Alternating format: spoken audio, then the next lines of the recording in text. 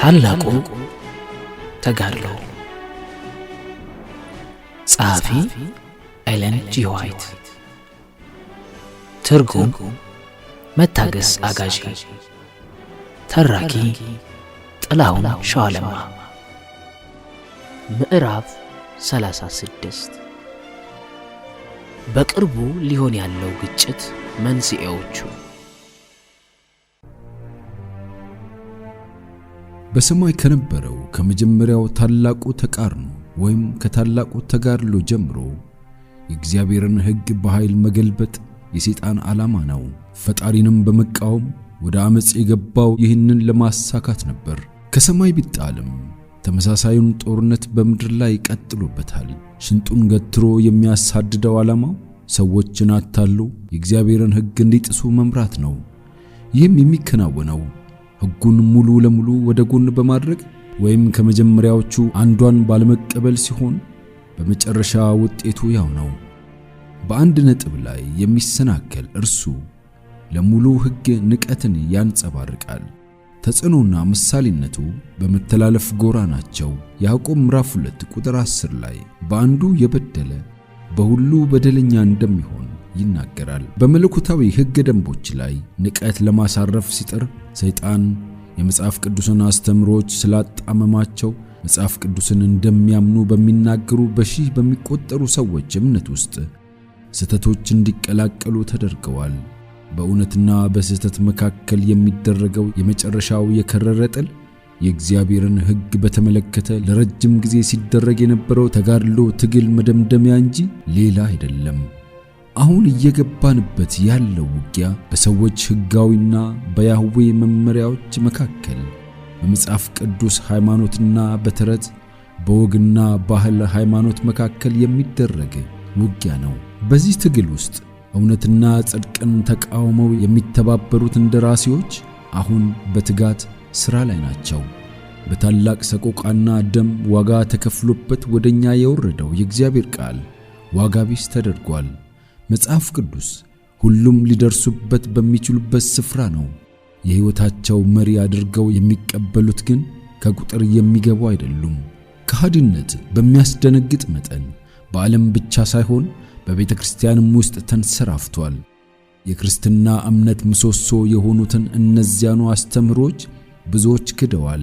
በመንፈስ በተመሩ ጸሐፊያን የቀረቡትን የፍጥረታት ታላላቅ እውነቶች፣ የሰው ልጅ ውድቀት፣ ስሬትና የእግዚአብሔር ሕግ ዘላለማዊነት በሙሉም ሆነ በከፊል አማኝ እንደሆነ በሚናገረው ሰፊ ድርሻ ባለው በክርስትናው ዓለም በተግባር ተቀባይነት አጥተዋል። በጥበባቸውና በራስ መረነታቸው የሚኮሩ በሺዎች የሚቆጠሩ ሰዎች በመጽሐፍ ቅዱስ ላይ የማያወላውል እምነትን እንደ ደካማነት ይቆጥሩታል። በመጽሐፍ ቅዱስ ላይ አላስፈላጊ የሆነ ምሬት መሰንዘር መንፈሳዊነትን በማላበስና ወይም የመንፈሳዊነት ደረጃቸውን ከፍ በማድረግና በማስተባበል እጅግ አስፈላጊ የሆኑ እውነቶችን ዋጋ መቀነስ ወይም ማስወገድ የላቀ ችሎታና የምሁርነት ማስረጃ ነው ብለው ያስባሉ። የእግዚአብሔር ሕግ እንደተለወጠ ወይም እንደተሻረ አድርገው ብዙ አገልጋዮች ሕዝቦቻቸውን፣ ብዙ ፕሮፌሰሮችና አስተማሪዎች ደግሞ ተማሪዎቻቸውን እያስተማሩ ነው። የሕጉ መጠይቆች አሁንም ድረስ ገቢራዊነትን የሚጠይቁ እንደሆኑ ቃል በቃል መከበር እንዳለባቸው የሚቀበሉ እነርሱ ከፌዝና ከንቀት በቀር ሌላ እንደማይገባቸው ይታሰባል። እውነቱን አንቀበልም በማለታቸው ሰዎች የእውነቱን ደራሲ አሻፈረን ይላሉ። በእግዚአብሔር ሕግ ላይ በመተማመናቸው የሕግ ሰጪውን ሥልጣን ይክዳሉ። የሐሰት አስተምሮችና ጽንሰ ሐሳቦች ጣዖት መስራት ከእንጨት ወይም ከድንጋይ ጣዖት የመቅረጽ ያህል ቀላል ነው። ሰይጣን የእግዚአብሔርን ባሕርያት ሌላ መልክ አስይዞ በማቅረብ ሰዎች የጌታን ጠባይ እውነተኛ ባልሆነ መልኩ እንዲረዱት ይመራቸዋል። በቃሉ በክርስቶስ እንዲሁም በፍጥረት ሥራዎች የተገለጠው እግዚአብሔር በጣም በጥቂት ሰዎች ሲመለክ ሳለ በብዙዎች ዘንድ በእግዚአብሔር ፈንታ የፍልስፍና ጣዖት አንግሷል። የተፈጥሮን አምላክ እየካዱ በሺዎች የሚቆጠሩ ተፈጥሮን ያመልካሉ። የተለየ ቅርጽ የያዘ ቢሆንም በጥንት እስራኤላውያን በኤልያስ ዘመን የነበረው ጣዖት አምላኪነት አሁንም በክርስቲያኑ ዓለም አለ። ጥበበኞች መሆናቸው የተመሰከረላቸው በርካታ ሰዎች የፈላስፋዎች፣ የገጣሚዎች፣ የጋዜጠኞች በነበሩና ስልጡን በሆኑ ክበባት ውስጥ ያሉ የብዙ ኮሌጆችና ዩኒቨርሲቲዎች ይባስ ብሎ የአንዳንድ ስነ መለኮታዊ ተቋማት አምላክ ከፍንቄ የፀሐይ አምላክ ከበዓል የተሻለ አይደለም። የእግዚአብሔር ሕግ ከእንግዲህ በሰዎች ላይ ስልጣን የለውም፣ እንዲከበር የሚያስገድድ መጠይቅም የለውም ከሚለው እጅግ በፍጥነት እየተስፋፋ ካለው ዘመናዊ አስተምሮ የበለጠ በክርስቲያኑ ዓለም ተቀባይነት አግኝቶ የሰማይን ስልጣን በድፍረት የሚገዳደር አመክንዮ የሚያስቀምጠውን የህሊና ትእዛዝ በቀጥታ የሚቃወም በውጤቱም እጅግ ጎጂ የሆነ ነገር ወይም አስተምሮ የለም። እያንዳንዱ ሀገር አክብሮትና መታዘዝን የሚጠይቅ የራሱ ሕግጋት አሉት። ማንኛውም መንግስት ያለ እነዚህ ሕግጋት መኖር አይቻለውም። ታዲያ የሰማይና የምድር ፈጣሪ የፈጠራቸውን ፍጡራን የሚያስተዳድርበት ሕግ አይኖረው ማለት መታሰብ የሚችል ነውን? የታወቁ አገልጋዮች አገራቸውን የሚያስተዳድሩትን የዜጎቻቸውንም መብት የሚያስከብሩትን ሕግጋት በአደባባይ የሕዝቡን መብቶች የሚገድቡ በመሆናቸው ሊከበሩ አይገባም ብለው አስተማሩ ብለን ብናስብ እነዚህ ሰዎች ለምን ያህል ጊዜ ነው መድረክ ላይ በትዕግስትና በዝምታ የሚታለፉት? ነገር ግን የአገራትና የመንግስታት ሕጎች ቸል ማለት የመንግስታት ሁሉ መሰረት በሆኑት በእነዚያ መለኮታዊ መመሪያዎች ላይ ከመረማመድ የባሰ ከባድ ጥፋት ነውን? የዓለማት ገዢ ሕጉን አምክኖ ጥፋታቸውን የሚኮንንበትን አዛዡንም የሚያጸድቅበትን ደረጃ ወይም መከለያ ሽሮ ዓለምን ከሚተው ይልቅ መንግስታት ሕግጋቶቻቸውን ሽረው ሰዎች እንደፈለጉ እንዲያደርጉ ቢለቋቸው የተሻለ አግባብነት ያለው ተቃርኖ የማይፈጥር ይሆናል። የእግዚአብሔርን ሕግ ማፍረስ ወይም ዋጋ ቢስ ማድረግ ውጤቱ ምን እንደሆነ እናውቃለን። ይህ በተግባር ተሞክሯል። በፈረንሳይ እምነት የለሽነት ተቆጣጣሪ ኃይል ሲሆን የነበረው ትዕይንት አሰቃቂ ነበር። እግዚአብሔር ያስቀመጣቸውን ገደቦች አሽቀንጥሮ መጣል ከአምባገነኖች ሁሉ ጨካኝ የሆነውን ሕግ መቀበል እንደሆነ ለዓለም በተግባር ተገልጿል። የጽድቅ ደረጃ ወደ ጎን በሚገፈተርበት ጊዜ የክፋት ልዑል በምድር ኃይሉን ይመሰርት ዘንድ መንገድ ይከፍትለታል። የመለኮታዊ መመሪያዎች ተቀባይነት ባጡበት በየትኛውም ስፍራ ሁሉ ኃጢአት መምሰሉን፣ ጽድቅ መልካምነቱን ያጣል። ለእግዚአብሔር አስተዳደር አንገዛም የሚሉ እነርሱ ራሳቸውን ማስተዳደር ፈጽሞ የማይችሉ ናቸው። ከፍተኛ ጉዳት በሚያስከትሉት ትምህርቶቻቸው ምክንያት በተፈጥሯቸው ለቁጥጥር ትዕግስት የለሽ በሆኑት ልጆችና ወጣት ልብ ውስጥ ያለመታዘዝ መንፈስ ይተካል። እናም ሕግ አልባና ሕገወጥ ማህበረሰብ ይፈጠራል።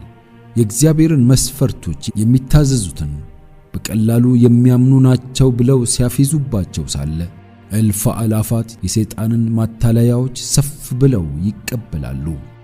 ላይበገሬ ፍላጎቶቻቸው መሪ ልጓሙን ይሰጣሉ። በአሕዛብ ላይ ፍርድ እንዲመጣ ያደረጉትን ኃጢአቶችም ያደርጋሉ። የእግዚአብሔር ትእዛዛት እንዲቀሉ የሚያስተምሩ እነርሱ አመፅን ለመሰብሰብ አመፅን ይዘራሉ።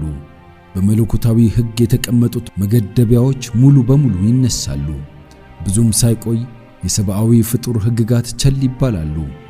እምነት የጎደላቸውን ተግባራት፣ ምኞትና በሐሰት መናገርን፣ በማጭበርበር ገንዘብን ማግኘትን እግዚአብሔር ስለሚከለክል ለዓለማዊ ብልጽግናቸው እንቅፋት እንደሆኑ አድርገው ሰዎች በሕግጋቱ ላይ ለመረማመድ የተዘጋጁ ናቸው። እነዚህን መመሪያዎች የማስወገዱ ውጤት ግን ሰዎች ያልገመቱት ይሆናል። ሕግጋቱ መከበር ያለባቸው ባይሆኑ ኖሮ ማንም ለመተላለፍ ለምን ይፈራል? ንብረት ያለ አደጋ መሆኑ ይቀራል። ሰዎች የጎረቤቶቻቸውን ጥሪት በጉልበት ይወስዱ ነበር። ከሁሉ ይልቅ ጉልበተኛ የሆነው ከሁሉም በላይ ሀብታም ይሆናል። የጋብቻ መሐላ ቤተሰቡን የሚከልል የተቀደሰ ቅጥር ሆኖ መቆሙ ይቀራል። ጉልበት ያለው እርሱ ከፈለገ የጎረቤቱን ሚስት በኃይል ይወስዳል። አምስተኛው ትእዛዝ ከአራተኛው ጋር ወደ ጎን ይገፋ ነበር። እንደዛ በማድረጋቸው የተበላሸውን የልባቸውን መሻት የሚያገኙ ከሆነ ልጆች የወላጆቻቸውን ሕይወት ለመቅጠፍ ወደ ኋላ አይሉም ነበር። የሰለጠነው ዓለም የዘራፊዎችና የገዳዮች መንጋ ሆኖ ሰላም፣ እረፍትና ደስታ ከምድር ይጠፋ ነበር። ለእግዚአብሔር መጠይቆች ከመታዘዝ ሰዎች ተፈተዋል ወይም ነፃ ወጥተዋል የሚለው አስተምሮ ከወዲሁ የሞራል አስገዳጅነትን ኃይል በማኮሰስ በዓለም ላይ የኃጢአትን ማዕበል ደጃፍ ከፍቷል። ሕግ አልባነት፣ ብኩንነትንና ምግባረ ብልሹነት ልንቋቋመው በሚያዳግት ማዕበል እየሰራ ነው። በተመሰከረላቸው የክርስቲያን ቤቶች እንኳን ሳይቀር ባንዲራው እየተውለበለበ ነው። ቅናት፣ ክፉ አሉባልታ፣ ግብዝነት፣ መቃቃር፣ በልጦ ለመገኘት መልፋት፣ ጥል፣ የተቀደሱ መታመኖችን መክዳት፣ ምኞትን ማርካት አለ። የማህበራዊ ሕይወትን መስረቅና ቅርጽ ማበላሸት የነበረባቸው የሃይማኖታዊ መርሆችና አስተምሮች አጠቃላይ መዋቅር ለመውደቅ የተዘጋጀ ወለል የሚል ቁልል ይመስላል። እጅግ ከባድ ጥፋት የሰሩ ወንጀለኞች ለሰሩት ሥራ ወደ ወህኒ ሲገቡ ሰው የሚመኘው አይነት ማዕረግ ያገኙ ይመስል ብዙ ጊዜ የስጦታና የትኩረት ተጠቃሚዎች ይደረጋሉ። ስለ ባህሪያቸውና ስለ ወንጀሎቻቸው ከፍተኛ ሽፋን ይሰጣል። የህትመት መገናኛ ብዙሃኑ የርኩሰትን ዘግናኝ ዝርዝር ያትማል። በዚህም ሌሎች ማጭበርበሮች፣ ዘረፋና ግድያ እንዲፈጸሙ ያነሳሳል። በሲኦላዊ ሴራው ስኬት ሰይጣን ይፈነጥዛል። በክፋት ፍቅር መናወዝ፣ ሳይተናኮሱ ሕይወትን ማጥፋት፣ በሁሉም ደረጃና መጠን እጅግ እየጨመረ የመጣውን ገደብ የለሽነትና ኃጢአት የጥፋትን ማዕበል ተቋቁሞ መቆም ይቻል ዘንድ ምን መደረግ እንዳለበት ይጠቁም ዘንድ እግዚአብሔርን የሚፈሩትን ሁሉ ሊያነቃ ይገባዋል። የፍርድ ሸንጎች ሙሰኞች ሆነዋል። መሪዎች የሚንቀሳቀሱት በትርፍ መሻትና በስሜታዊ እርካታ ፍቅር እየተዘወሩ ነው። መሻትን አለመግዛት የብዙዎችን አእምሮአዊና አካላዊ ኃይል ስላጨለመው ሰይጣን ሙሉ ለሙሉ ተቆጣጥሯቸዋል ማለት ይቻላል። ሕግ አዋቂዎች ተጣመዋል፣ ጉቦ ተቀባይ ሆነዋል፣ ተሞኝተዋል። ስካርና ፈንጠዝያ፣ አነሁ ላይ ፍላጎት፣ ቅናትና የሁሉም ነገር እምነት የለሽነት ሕግን በሚቆጣጠሩ መካከል አሉ። ኢሳይያስ ምዕራፍ 59 ቁጥር 14 ላይ እንደሚለው ጽድቅም በሩቅ ቆሟል፣ እውነትም በአደባባይ ላይ ወድቋልና ቅንነትም ሊገባ አልቻለምና። በሮም የበላይነት ስር ተንሰራፍተው የነበሩ ኃጢአትና መንፈሳዊ ጽልመት መጽሐፍ ቅዱስን የመጨቆን አይቀሬ ውጤት ነበሩ። ነገር ግን በሃይማኖት ነጻነት ዘመን በሙላት በሚንቀለቀለው በወንጌል ብርሃን ስር ላለው የተንሰራፋ ክህደት ለእግዚአብሔር ሕግ ተቀባይነት ማጣትና ተከትሎም ለመጣው ብልሹነት መንስኤው የሚገኘው የት ነው? ከአሁን ወዲያ መጽሐፍ ቅዱስን በመከልከል ሰይጣን ዓለምን በቁጥጥሩ ስር ማድረግ የማይቻል ስለሆነ ያንኑ ዓላማውን ለማሳካት ወደ ሌሎች ዘዴዎች ይዞራል። በመጽሐፍ ቅዱስ ላይ እምነት እንዳይኖር ቢያደርግ ዓላማውን ለማሳካትም ሆነ መጽሐፍ ቅዱስን ራሱን ለማጥፋት ይጠቀመዋል። የእግዚአብሔርን ሕግ መጠበቅ የግድ እንደማያስፈልግ የሚናገረውን እምነት በማስተዋወቅ መመሪያዎቹን ሁሉ ምንም እንደማያውቋቸው አድርገው እንዲተላለፉ ሰዎችን በብቃት ይመራቸዋል። አሁንም እንደ ቀድሞ ዘመናት ሁሉ ንድፉን ያስፋፋ ዘንድ በቤተ ክርስቲያን በኩል ይሰራል። የዛሬዎቹ የሃይማኖት ተቋማት በመጽሐፍ ቅዱስ ውስጥ ፍንትው ብለው የሚታዩትን ሆኖም በብዙሃኑ ዘንድ ተቀባይነት የሌላቸውን እውነቶች ለመስማት እምቢ ብለዋል። እነዚህን እውነቶች ለመዋጋት በሚያደርጉት ሙከራም የሚሰጧቸው ማብራሪያዎችና የሚወስዷቸው አቋሞች የመጠራጠርን ዘር የሚያሰራጩ ሆነዋል። በተፈጥሯዊ ዓለመሞት ወይም ኢሞርታሊቲና ሰው ከሞተ በኋላ ህሊናው ንቁ ይሆናል የሚለውን ጳጳሳዊ ስህተት የሙጥኝ በማለታቸው የመናፍስታዊነት ማታለያዎች ብቸኛ ቅጥር የሆነውን አሻፈረኝ ብለዋል። የዘላለማዊ ስቃይ አስተምሮ መጽሐፍ ቅዱስን እንዳያምኑ ብዙዎቹን መርቷቸዋል። የአራተኛውን ትእዛዝ መጠይቆች ያከብሩ ዘንድ ሰዎች አጥብቀው ሲገነዘቡ ሰባተኛውን ቀን ሰንበት ማክበር የሚጠይቅ እንደሆነ ይገልጣል። ያከናውኑት ዘንድ ከሚፈልጉት ኃላፊነት ራሳቸውን ነፃ ለማድረግም ሕዝባዊ ተቀባይነት ያላቸው የታወቁ መምህራን የእግዚአብሔርን ሕግ መታዘዝ አስፈላጊ መሆኑ እንደቀረ ይናገራሉ። እንዲህ በማድረጋቸው ሕጉንና ሰንበትን አንድ ላይ አሽቀንጥረው ይጥላሉ። የሰንበት ታድሶ ሥራ እየቀጠለ ሲሄድ የአራተኛውን ትእዛዝ መጠይቆች ለማስወገድ ሲባል የመለኮታዊ ሕግ ተቀባይነት ማጣት ዓለም አቀፋዊ ለመሆን ምንም አይቀርም።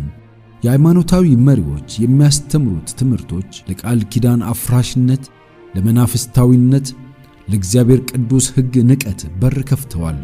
የክርስቲያኑ ዓለም ላለው ኃጢአትም በእነዚህ መሪዎች ላይ አስፈሪ ኃላፊነት አርፏል።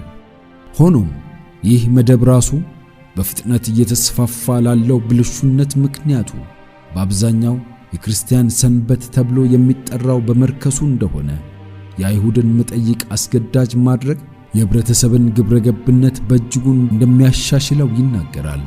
ይህ መጠይቅ ደግሞ በተለይ የሚበረታታው የእውነተኛው ሰንበት አስተምህሮ በብዛት በተሰበከበት በአሜሪካ ነው። ይህ እጅግ ታዋቂና አስፈላጊ የሆኑት የግብረ ገብነት ተሐድሶች መካከል የሆነው ራስን የመግዛት ሥራ በአብዛኛው የይሁድ ንቅናቄ ጋር እየተሰባጠረ የይሁድ እንቅስቃሴ ደጋፊዎች የህብረተሰብን ዋና ፍላጎት ለማዳበር እንደሚለፉ አድርገው ራሳቸውን ያቀርባሉ። የማይቀበሏቸውም ሁሉ መሻትን የመግዛትና የተሐድሶ ጠላቶች ተደርገው ይወገዛሉ። የስህተትን መሠረት ለመጣል ሲባል የተጨመረ እንቅስቃሴ በራሱ መልካም ከሆነ ሥራ ጋር መቆራኘቱ ስህተትን በመደገፍ የሚቀርብ መከራከሪያ አይደለም። ከጤናማ ምግብ ጋር አቀላቅለን መርዝን ልንደብቅ እንችል ይሆናል። ባህሪውን ግን አንቀይረውም። በተቃራኒው ግን ሳይታወቅ የመበላቱ ዕድል ከፍተኛ ስለሚሆን የበለጠ አደገኛ እንደሆነ ይታመናል። የሚታመን ያስመስለው ዘንድ ሐሰትን በቂ ከሆነ ወይም ከተመጠነ እውነት ጋር ማቀላቀል ከሰይጣን መሳሪያዎች አንዱ ነው። የይሁድ እንቅስቃሴ መሪዎች ሕዝቡ የሚፈልጓቸውን ተሐድሶችን ከመጽሐፍ ቅዱስ ጋር የሚስማሙ መርሆችን ያበረታቱ ይሆናል። ሆኖም ከነዚህ ጋር የሚመጣ የእግዚአብሔርን ሕግ የሚጻረር መጠይቅ ስላለ የጌታ አገልጋዮች ሊተባበሯቸው አይችሉም። የሰውን መመሪያ ለመቀበል ሲሉ የእግዚአብሔርን ትእዛዛት ወደ ጎን ማድረጋቸው በምንም ሁኔታ ከበደል ነፃ ሊያደርጋቸው አይችልም።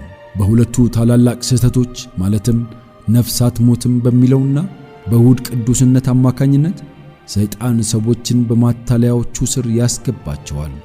የፊተኛው ነፍስ አትሞትም የሚለው የመናፍስታዊነትን መሠረት ሲጥል፣ የኋለኛው የይሁድ ቅድስና ደግሞ ከሮም ጋር የጠበቀ ግንኙነትን ይፈጥራል።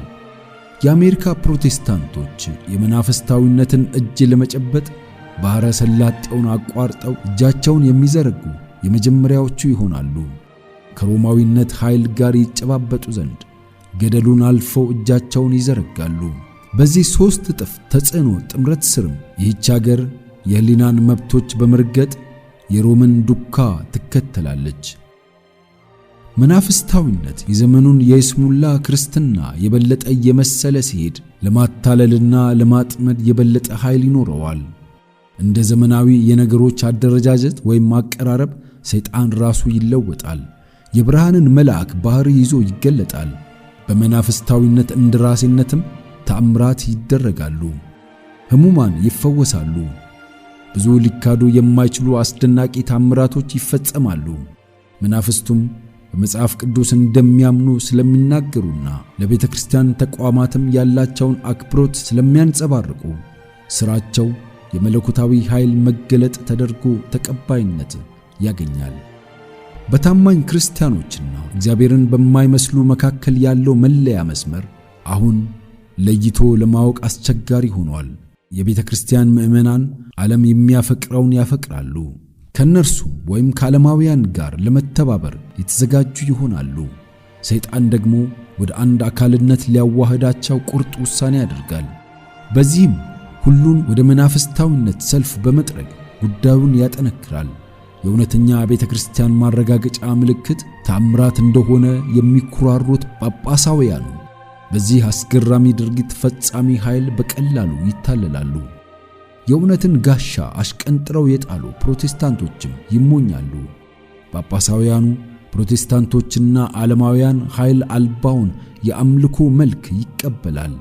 ለዓለም መለወጥ የሚሆን ታላቅ እንቅስቃሴ ለረጅም ጊዜ ሲጠበቅ የነበረውን የሺህ ዓመት መጀመሪያ በዚህ ኅብረት ያያሉ። የሕዝቡን በሽታዎች በመፈወስ አዲስና የተሻለ ሃይማኖታዊ መዋቅር እንደሚያቀርብ በመናገር ሰይጣን በመናፍስታዊነት አማካኝነት ለሰው ዘር ጠቃሚ እንደሆነ ያስመስላል። በዚያው ተመሳሳይ ሰዓት ግን እንደ አጥፊ ሆኖ ይሰራል። ፈተናዎቹ እልፍ አላፋትን ወደ ውድመት እየመሩ ነው። መሻትን አለመግዛት የማመዛዘን ችሎታን ከዙፋኑ ያወርደዋል። የስሜት እርካታ ጥልና ደም ማፍሰስ ይከተላሉ። የነፍስን እጅግ መጥፎ ፍላጎቶች ስለሚቀሰቅስ ከዚያም በብልሹነትና በደም አጨማልቆ ተጠቂዎቹን ለዘላለም ስለሚጠርጋቸው ሰይጣን በጦርነት ሐሴት ያደርጋል።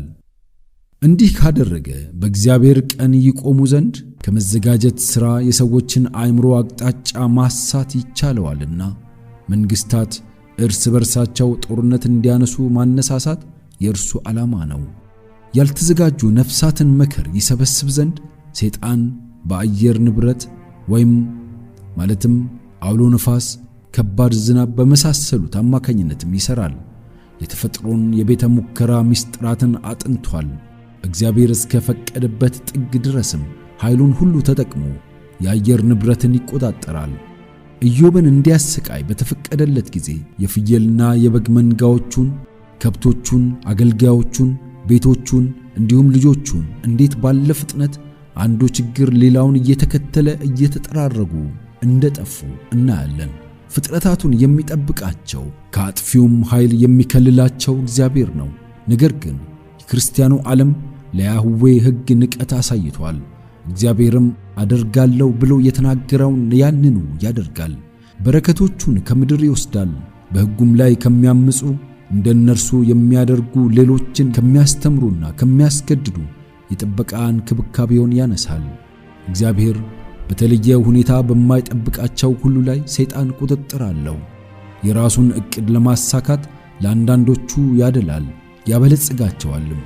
በሌሎቹ ላይ ደግሞ መከራ በማምጣት እንዲህ የሚያሰቃያቸው እግዚአብሔር እንደሆነ ያምኑ ዘንድ ሰዎችን ይመራቸዋል። ሰይጣን በሽታዎቻቸውን ሁሉ መፈወስ የሚችል ታላቅ ሐኪም እንደሆነ አድርገው ለሰው ልጆች ቢታይም ብዙ ሕዝብ የሚኖርባቸው ከተሞች እስኪወድሙና ምድረ በዳ እስኪሆኑ ድረስ በሽታንና ጥፋትን ያመጣል። አሁን እንኳን በዚህ ሰዓት በሥራ ላይ ነው። በየብስና በባህር አደጋዎችና ጥፋቶች፣ በታላላቅ አውዳሚ እሳቶች፣ በኃይለኛ ነፋስ ወይም ቶርኔዶና በረዶ፣ በውሽንፍር፣ በጎርፍ፣ በአውሎ ነፋሳት፣ በውሃ ማዕበል፣ በመሬት መንቀጥቀጥ በእያንዳንዱ ስፍራ በሺህ አይነት መንገድ ሰይጣን ኃይሉን እየተጠቀመ ነው። እየጎመራ ያለውን አዝመራ ጠራርጎ ይወስደውና ረሃብና ጭንቀት ይከተላል። ለአየሩ ገዳይ ብክለት ይሰጥና በሺዎች የሚቆጠሩ በወረርሽኝ ይረግፋሉ። እነዚህ ጥፋቶች የበለጠ ተደጋጋሚ አስከፊ የሆኑ የሚሄዱ ናቸው። ውድመት በሰውና በእንስሳ ላይ ይሆናል። ምድርም አለቀሰች ረገፈችም። ታላላቆች ደከሙ፣ ከሚቀመጡባት በታች ረክሳለች። ሕጉን ተላልፈዋልና ሥርዓቱንም ለውጠዋልና የዘላለሙንም ቃል ኪዳን አፍርሰዋልና። ኢሳይያስ ምዕራፍ 24 ቁጥር 4 እና 5። ከዚያም ለነዚህ ክፋቶች ሁሉ መንስኤ የሆኑት እግዚአብሔርን የሚያገለግሉ ሰዎች ናቸው በማለት ታላቁ አታላይ ሕዝቡን ያሳምናል። የሰይጣን ቁጣ የቀሰቀሰው መደብ ለእግዚአብሔር ትእዛዝ መገዛታቸው ለሕጉ ተላላፊዎች የማያባራ ነቀፋ እንዲሆንባቸው ባደረጉት ላይ በመቀሰር የችግሮቻቸው ሁሉ መንስኤ እንደሆኑ አድርገው ይከሷቸዋል። የእሁድን ሰንበትነት በመጣስ ሰዎች እግዚአብሔርን እያስቆጡት እንደሆነ፣ ይህም ኃጢአት ከፍተኛ ጥፋት እንዳመጣና የእሁድ ቀን መከበር በጥብቅ አስገዳጅ እስኪሆን ድረስ ክፋቱ እንደማያቆም፣ አራተኛው ትእዛዝ መከበር አለበት የሚሉ እነርሱ ለእሁድ ያለውን አክብሮት የሚያጠፋ ወይም ሕዝቡ መለኮታዊ ተቀባይነት እንዳያገኝና ወደ ዓለማዊ ብልጽግና እንዳይመለስ የሚያግዱ የሕዝቡ ችግር ፈጣሪዎች እንደሆኑ ይታወጃል። በእንደዚህም ሁኔታ በእግዚአብሔር አገልጋይ ላይ በጥንት ጊዜ የተነሳው ክስ በተመሳሳይ ሁኔታ በጥሩ መሠረት ላይ ተገንብቶ እንደገና ይደገማል። አሃብም ኤልያስን ባየው ጊዜ እስራኤልን የምትገለባብጥ አንተ ነህን? አለው። ኤልያስም እስራኤልን የምትገለባብጡ የእግዚአብሔርንም ትእዛዛት ትታችሁ በአሊምን የተከተላችሁ አንተና የአባተ ቤት ናችሁ እንጂ እኔ አይደለሁም አለው። አንደኛ ነገሥት ምዕራፍ 18 ቁጥር 17 እስከ 18። የሕዝቡ ቁጣ በሐሰተኛ ክሶች ስለሚነሳሳ ከሃዲዋ እስራኤል በኤልያስ ላይ የተከተለችውን ተመሳሳይ መንገድ በእግዚአብሔር አምባሳደሮች ላይም ይከተላሉ። በመናፍስታዊነት አማካኝነት የተገለጠው ተአምር አድራጊው ኃይል ከሰው ይልቅ እግዚአብሔርን ለመታዘዝ በሚመርጡት ላይ የተቃውሞ ተጽዕኖ ያሳርፋል። ከመናፍስቱ የሚመጡ መልእክቶች የምድሪቱ ሕግ እንደ እግዚአብሔር ሕግ ሆኖ እንዲከበር አዎንታዊ ማረጋገጫ በመስጠት እሁድን የማይቀበሉትን ከስህተታቸው እንዲመለሱ ለማድረግ እግዚአብሔር እንደላካቸው ይናገራሉ። በዓለም ላይ ስላለው ታላቅ ብልሹነት ወይም ርኩሰት በማዘን የግብረ ገብነት ደረጃ ማሽቆልቆል ምክንያት የእሁድ መርከስ እንደሆነ አድርገው የሃይማኖታዊ መምህራንን ምስክርነት ይደግማሉ። ምስክርነታቸውን አንቀበልም በሚሉ ሁሉ ላይ የሚነሳሳው ቁጣ ታላቅ ይሆናል። ሰይጣን በዚህ ከእግዚአብሔር ሕዝቦች ጋር በሚደረግ የመጨረሻው ጦርነት ላይ የሚተገብረው መርሃ ግብር በሰማይ በነበረው ታላቅ ተጋድሎ መክፈቻ የተጠቀመበት ነው። መገልበጡን እውን ለማድረግ በሚስጥር እያንዳንዱን ጥረት እያዋለ ሳለ የመለኮታዊውን አስተዳደር መጽናት ለማጎልበት እንደሚሻ ይናገር ነበር። ያሳካው ዘንድ እየለፋበት የነበረውን ያንኑ ሥራ ቅዱሳን መላእክት እንዳደረጉት አድርጎ ከሰሳቸው። የሮማዊት ቤተክርስቲያን ታሪክ ይህንን ተመሳሳይ የማታለል መርሃ ግብር ያሳያል። ራስን ከእግዚአብሔር በላይ ከፍ ከፍ ለማድረግ የእርሱን ሕመም ለመለወጥ እየጣረች ሳለ የሰማይ ወኪል እንደሆነች ትናገራለች። በሮማ አስተዳደር ስር ለወንጌሉ ታማኝ በመሆናቸው የተገደሉ እነርሱ ክፉ አድራጊዎች ተብለው ተወገዙ። ከሰይጣን ጋር አንድ ማህበር ውስጥ እንደሆኑ ታወጀባቸው።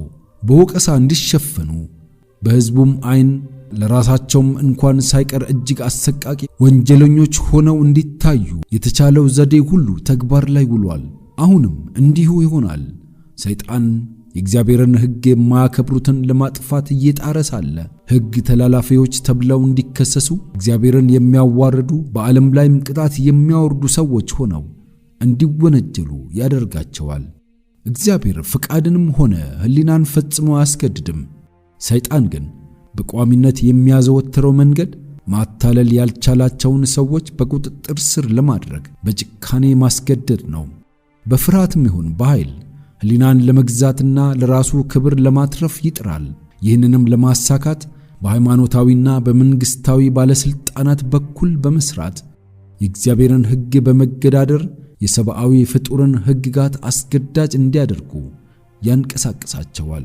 የመጽሐፍ ቅዱስን ሰንበት የሚያከብሩ እነርሱ የሕግና የሥርዓት ጠላቶች የህብረተሰብን ግብረገብነት ገደቦች በመሰባበር ሥርዓት አልበኝነትንና ብልሹነትን በማስከተል የእግዚአብሔርን ፍርድ በምድር ላይ የሚያስመጡ ተብለው ይወገዛሉ።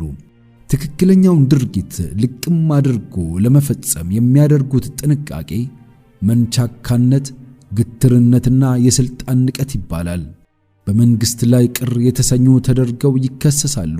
የመለኮታዊውን ሕግ መጠይቆች ወይም ግዴታዎች የሚክዱ አገልጋዮች በእግዚአብሔር እንደተቀቡ አድርገው ለመንግስት ባለስልጣናት ስለመታዘዝ ያለውን ኃላፊነት ከመድረክ ያትታሉ።